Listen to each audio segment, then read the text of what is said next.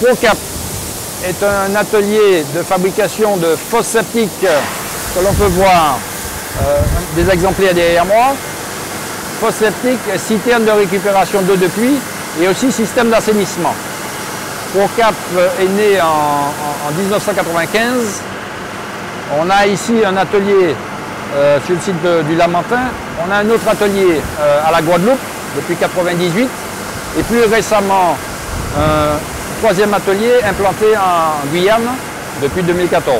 L'atelier ProCap qui produit donc des fosses septiques que l'on peut voir sur le chariot élévateur, c'est une fosse qui vient d'être fabriquée, qui sort donc de l'atelier et va être rangée dans le parc, avec la suivante qui est en fabrication dans sa phase de refroidissement sur la machine derrière moi. C'est assez bouillant justement parce que ce refroidissement est fait à partir de ventilateurs avec l'air ambiant. On va souffler sur le moule pour redescendre en température pour pouvoir démouler la pièce.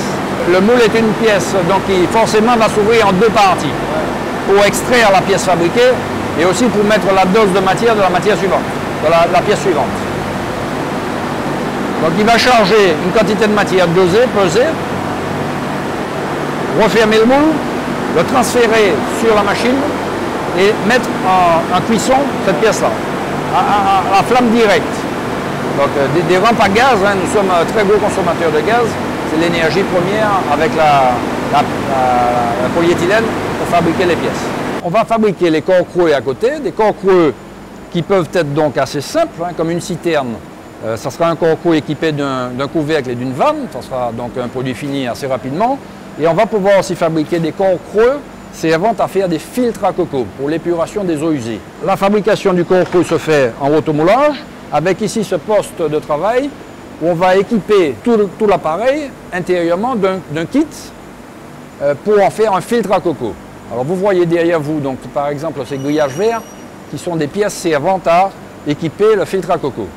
Le filtre à coco, pour ceux qui ne savent pas, c'est un appareil destiné à l'assainissement des eaux usées ménagères. Là, on est sur donc, notre produit EcoFlow 5, 5 pour 5 équivalents habitants. Quand on dit 5 équivalents habitants, donc un appareil de traitement des eaux usées se dimensionne en fonction du nombre d'équivalents habitants.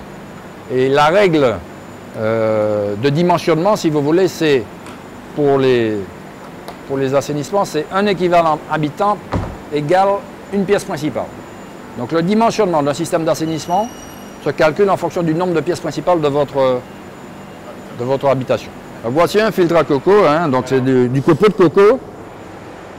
Donc c'est la bourre de coco, si vous voulez, qui est fragmentée et calibrée. Donc c'est un support bactérien. Ici, on a une bascule, si vous voulez, qui va alimenter alternativement une plaque de distribution à droite et à gauche. Une distribution qui est faite sur un média, qui est le support coco, où les bactéries vont se développer naturellement. Tout système d'assainissement nécessite obligatoirement un entretien. C'est obligatoire. L'entretien annuel consiste simplement, si vous voulez, à accéder au système dans votre jardin, à enlever la bascule. Donc on a des gens qui peuvent le faire. On enlève la bascule, ils le posent à côté, et on enlève les plaques qui sont juste posées, vous voyez. Donc on les sort carrément de l'appareil et on vient scarifier. Scarifier, donc c'est-à-dire avec un râteau, on vient gratter le dessus. Cabex Industries, donc, qui fabrique depuis, comme je dis tout à l'heure, depuis 2004, du lambris de PVC. Ici, l'atelier de fabrication de lambris PVC, avec donc à ma droite une mezzanine où on va acheminer la matière première que nous recevons en sac, qui nous permet d'alimenter une trémie qui, par gravité, va alimenter les extrudeuses. Vous voyez une trémie dessous la mezzanine qui reçoit la matière, qui est du compound de PVC. Là, on est sur une bille qui alimente donc une extrudeuse qui va porter en température et en pression cette matière. On aura une matière qui va gélifier et qui va monter jusqu'à 220 bars, voire plus, pour une température de 180 degrés sur une filière. Une filière qui va donner la forme du produit, filière d'extrusion. On est chaud jusqu'à ce point-là et de là, on va conformer le produit sur un banc de refroidissement. Un conformateur suivi d'un banc de refroidissement. Donc là, on conforme le produit et on refroidit. Donc la matière rigidifie, elle est solide, on peut tirer dessus. Une mesure de longueur après, une coupe un empaquetage et une mise en rack. 3 lignes de production avec celle-ci, l'autre à côté, qui est un lambris qui n'est pas très connu du grand public ici, qui est un nouveau lambris qui est sorti donc l'année dernière, que nous appelons le KI26. Troisième atelier sur site, Tubulex, hein, vous l'avez ici.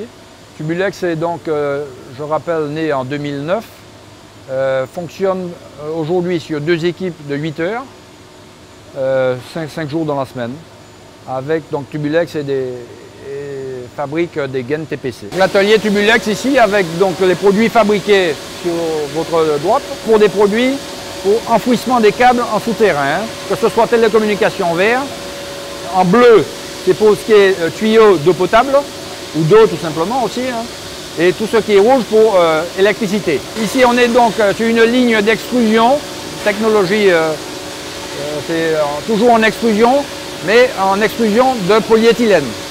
Comparativement à Cabex tout à l'heure, c'est du compound de PVC. Là on est sur une co-extrusion, même 2 extrudeuses en tête, sur un même outillage. 2 extrudeuses montées en V, sur un même outillage, sur une profileuse, donc, qui porte les moules pour donner la forme du produit fabriqué. On s'est associé à l'ISTA et on a remporté au niveau du gouvernement français le projet Attentive, ce qui nous a permis de mettre en place ces deux filtres, le filtre planté que vous allez visiter et celui de Taupinière. Celui de Taupinière, mais c'était un peu trop loin, a une technologie qui est beaucoup plus avancée. Il y a eu des réductions, enfin, il y a un cadre de recherche qui est beaucoup plus poussé à Taupinière que celui qu'on va visiter. Nous avons ici la filière à proprement parler. Donc nous avons l'arrivée des eaux usées provenant des différentes habitations qui arrivent sous pression via le regard de débitmètre électromagnétique qui va mesurer les débits, donc la quantité d'eau que l'on a en entrée. Il est donc juste derrière vous. Nous avons un canal de dégrillage qui est là pour retenir une partie. Nous avons donc un poste de refoulement qui est juste derrière et qui va alimenter donc le premier étage. Le premier étage, c'est donc des filtres à sable avec différentes couches de granulométrie, de gravier. Et on va envoyer l'eau en surface. Ces filtres à sable sont donc plantés, d'où l'appellation filtre planté de végétaux. Et donc l'eau brute, à part pré-traitement par le dégrillage qui récupère les plus grosses particules, tout le reste part directement en surface des filtres. Donc on a l'eau brute qui arrive en surface et qui va donc percoler, traverser les différentes couches de matériaux de gravier. Donc l'eau qui va être traitée par ce premier étage va être ensuite récupérée par un regard de circulation qui va envoyer dans la chasse à auger. Cette chasse à auger va permettre de mettre en pression l'eau qui arrive gravitairement du premier étage pour alimenter le dernier. Le dernier étage va servir à affiner le traitement. Et après, nous avons la sortie, avec un poste de relevage. Donc la sortie, on a l'eau traitée en sortie qui est aussi affinée avec un traitement UV. Traitement UV qui abat les bactéries, qui tue les bactéries. Donc là, sur le dernier bilan 24 heures qu'on a effectué, on était à plus de 8 milliards de bactéries en entrée par 100 ml d'eau. Donc très chargé en bactéries. Nous sommes inférieurs à 56, c'est-à-dire que nous sommes inférieurs à la détection du laboratoire. Cette station, elle est très innovante, malgré son air archaïque, parce que c'est un filtre avec des végétaux, donc ça donne. Mais il y a beaucoup d'innovation là-dedans, et je pense que ça va beaucoup améliorer le traitement à l'avenir de nos boues et de nos œufs.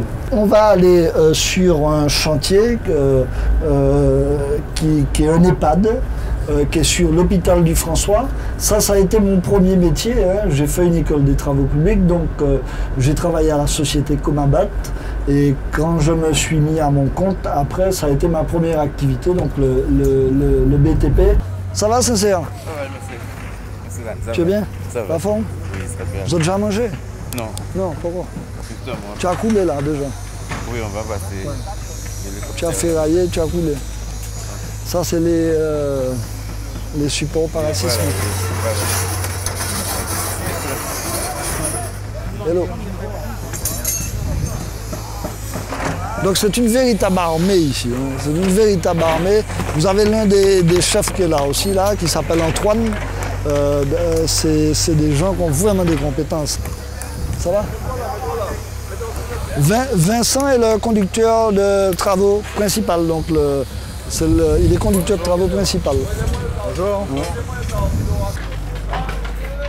Ça va Antoine? Ça se passe bien? Ça va? Ouais, ça va, ça va. Monsieur, bonjour. Je peux pas saluer tout le monde, Antoine. Oui, donc Antoine est chef de chantier avec Paul, hein, donc c'est les... Paul Joannel, voilà. général de contact d'entreprise. Alors, monsieur Ferrer. On est un des chefs de chantier, nous sommes deux. Ça va? Voilà, on a des hélicoptères aussi. Comment roule l'hélicoptère? Serge, ça fait 22 ans qu'il travaille avec moi. Ah ouais? Pour vous donner un exemple. Voilà, ça vous a plu? Oui.